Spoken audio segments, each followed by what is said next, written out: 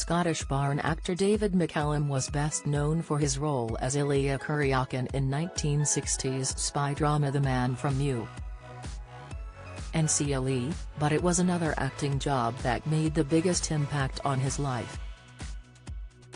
David, who sadly died of natural causes on Monday at the age of 90, was happily married to fellow star Jill Ireland, who he had 3 children with, when he was cast in the 1963 film The Great Escape.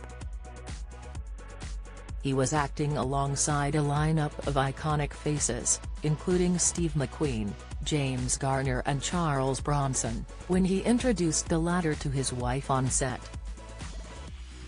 It was in that moment that Charles looked David in the eyes and told him, "Pay more attention to your wife, or I will take her from you," and he did just that.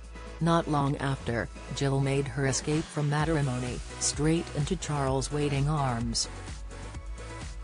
David recalled, "Jill had just had a miscarriage, so I was concerned about leaving her, but Charles Bronson said, 'Don't worry, I'll take care of her.'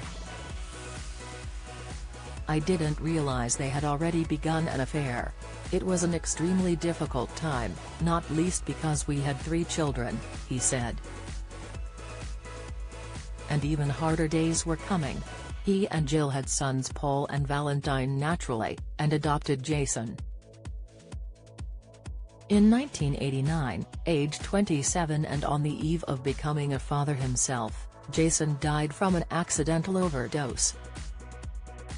"The worst moment of my life was when I lost my son, Terry's no question of that," David said.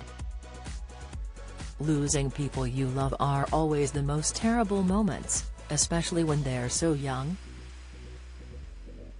But it's gone, it's done. Has not coming back, so I don't dwell on it. The best moment of my life is right now."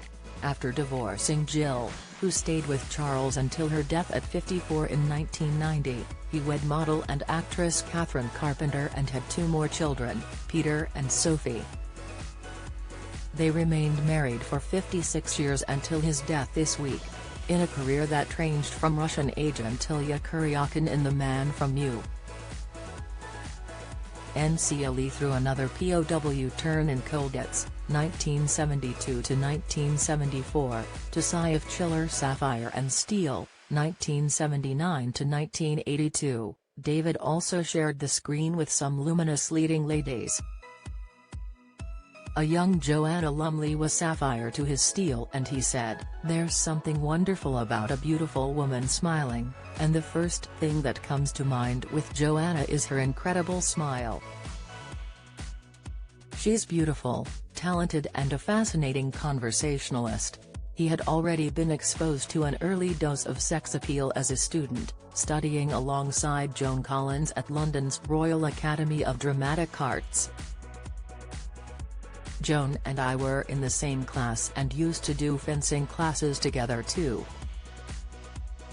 She'd wear a skin-tight jumpsuit and she was, shall we say, very impressive," he laughed.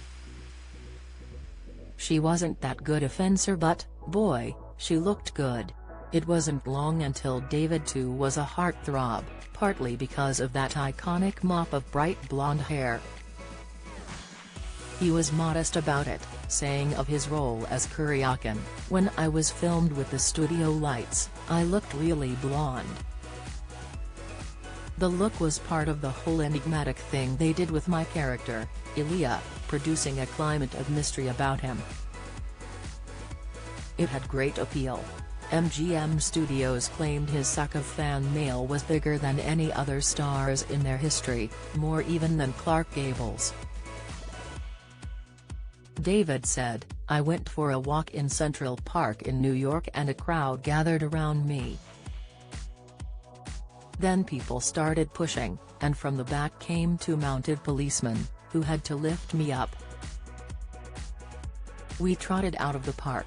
The New York Times reported in a 1965 profile that McCallum's motorcades are now, by order of the police chiefs of the cities he visits, forbidden to stop anywhere along the line of drive.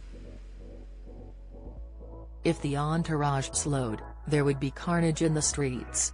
David could be starstruck too. Recalling his time on The Great Escape, he said, "There was this wee kid from Glasgow and I'm working with extraordinary people like Steve McQueen and Charles Bronson."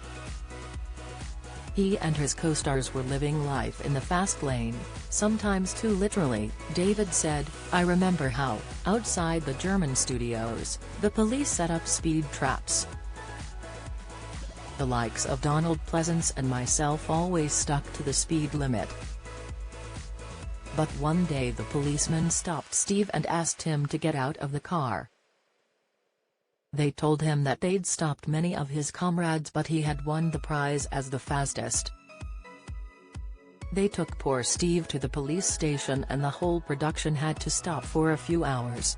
Although The Great Escape brought David to a global cinematic audience, his late flowering role as Dr. Donald "Ducky" Mallard in NCIS brought him to a new generation.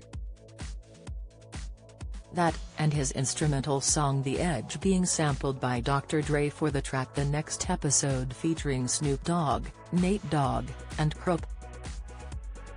The son of musicians, David released 4 albums over his career. But to prepare for his role as Ducky, McCallum went above and beyond, studying how to perform autopsies for real and joining medical examiners at conventions. As his son Peter said in tribute to his father this week, he was a true Renaissance man. He was fascinated by science and culture and would turn those passions into knowledge. For example, he was capable of conducting a symphony orchestra.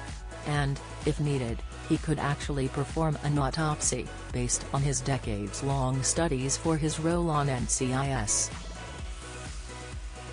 Peter went on to say how he'd checked on his mother after the loss of his father. "After returning from the hospital to their apartment, I asked my mother if she was okay before she went to sleep. Her answer was simply, 'Yes. But I do wish we had had a chance to grow old together.'" She is 79, and Dad just turned 90.